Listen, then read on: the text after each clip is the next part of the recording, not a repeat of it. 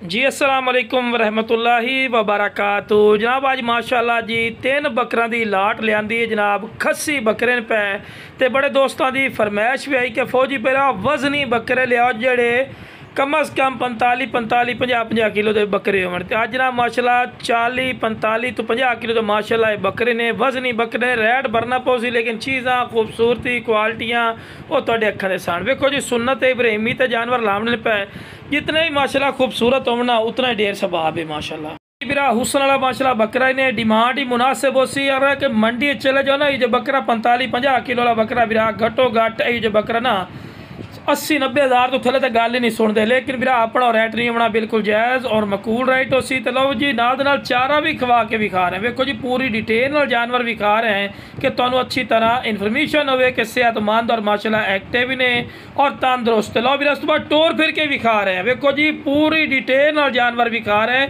कि तुहानू अच्छी तरह इन्फॉर्मेशन हो। तो यह माशाअल्लाह बकरा ने माशाअल्लाह 50 तो 55 किलो भी 50 किलो इंशाअल्लाह कन्फर्म वजन हो सी भी चंगा वजनी बकरा है माशाअल्लाह। कद काठ वाला ही ने वेखो जी 35 तो 36 इंच की माशाअल्लाह हाइट ने, छोटी मोटी हाइट ना समझा है। और बंदे नू नाल खड़ा करने का मकसद होंदा है कि तुहानू हाइट कद दा भी बिरा पता लगे। खस्सी बकरे ने और फ्रैश दो दांदी ने, कमाल दी चीज़ ने। यह बकरा हकीकती गल है, मंडी बिरा चले जाओ ना ते बकरा घटो घट लाख रुपए तो थले गल भी नहीं सुनते। कोई आखे ना कि फौजी बिरा इन्ना रेट नहीं होता, मेरा बिरा आ जा मंडी का विजिट कर, उस तो बाद तू मेरे को लै जानवर। अगर मंडी दे ना तेन रेट दे कम अज़ कम 15 तो 20 हज़ार का डिफरेंट हो तो मेरे को लै।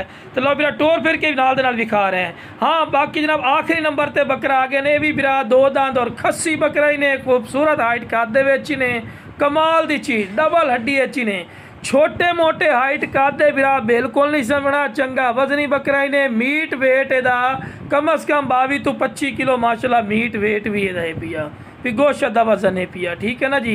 बाकी जनाब लोकेशन मेरी की है जनाब, लोकेशन लुडन शहर ही ने, ज़िला बिहाड़ी, लुडन मेन अड्डे ते UBL बैंक और PSO पंप के सामने। इतने मेरा बिरा आओ आके वेख के लै जाओ।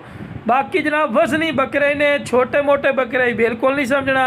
तो चारा नाल दे नाल खवा के भी खावन का मकसद ये होंदा है कि तुहानू अच्छी तरह इन्फॉर्मेशन हो कि सेहतमंद और माशाअल्लाह एक्टिव ने और डबल हड्डी है चिन, कमाल दी चीज़ है ने। रेशम वाली कर पशम ही ने।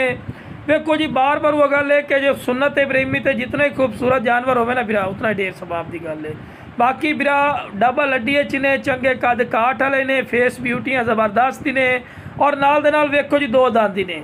बाकी जनाब जिस बिरा नूं बकरे चाहिए स्क्रीन ते नंबर चलता पिया, राबता करके मुनासिब कीमत